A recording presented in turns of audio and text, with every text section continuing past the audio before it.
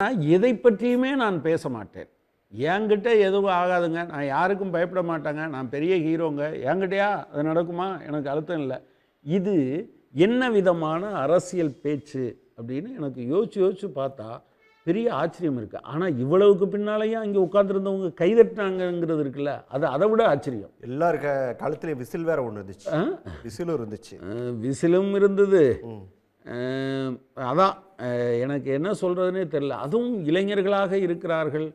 இவங்க ஏன் இன்னொரு அவங்களுடைய பிரச்சனையை பேசி அது தப்பு ஒரு மாற்றத்தை விரும்புகிறாங்களா அப்படின்னு ஒரு கேள்வி. மாற்றம் எதுக்காக? சாப்பிட்றத நீங்கள் வந்து சாப்பிட்டுக்கிட்டே இருக்கோம், சோறு சாப்பிட்றோம், உணவாக சாப்பிட்டுட்டு இருக்கமே, ஒரு மாற்றத்துக்காக நஞ்சு சாப்பிடுவீங்களா?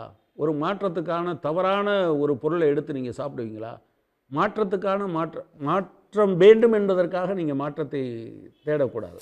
இது சரியில்லை, எனவே நான் மாற்றத்தை விரும்புகிறேன் என்று நீங்கள் சொல்லணும்.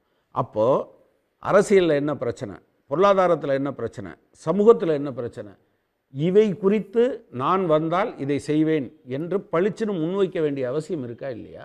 எனக்கு தெரிஞ்சு அவர் ஒன்றும் அதை பண்ணலையே. ஒன்றும் அவர்கிட்ட இல்லையா, இல்லை இதெல்லாம் பேச வேண்டாம், நம்மளால் பண்ண முடியாது, நம்மிடம் மாற்று இல்லை என்று நினைக்கிறாரான்னு எனக்கு ரொம்ப ஆச்சரியமாக இருக்குது. எனக்கு இந்த ஆச்சரியம் அவருடைய அவரை பற்றியான எனக்கு ஆச்சரியத்தை விட அந்த அவ்வளோ ஒரு கூட்டம் இருக்குது பார்த்தீங்களா. அப்புறம் இன்னொரு விஷயம், இன்றைக்கி அவர் பேசுனதுலேயே எனக்கு என்னுடைய மனசில் ஓடிக்கிட்டே இருந்தது. இன்னும் ஒரு தேர்தலை கூட பார்க்கல, ஆனால் அதில் வந்த 2 பேரோ 3 பேரோ ஒற்றுமையாக இருக்க வேண்டும் என்று அப்பீல் கொடுத்தாங்க.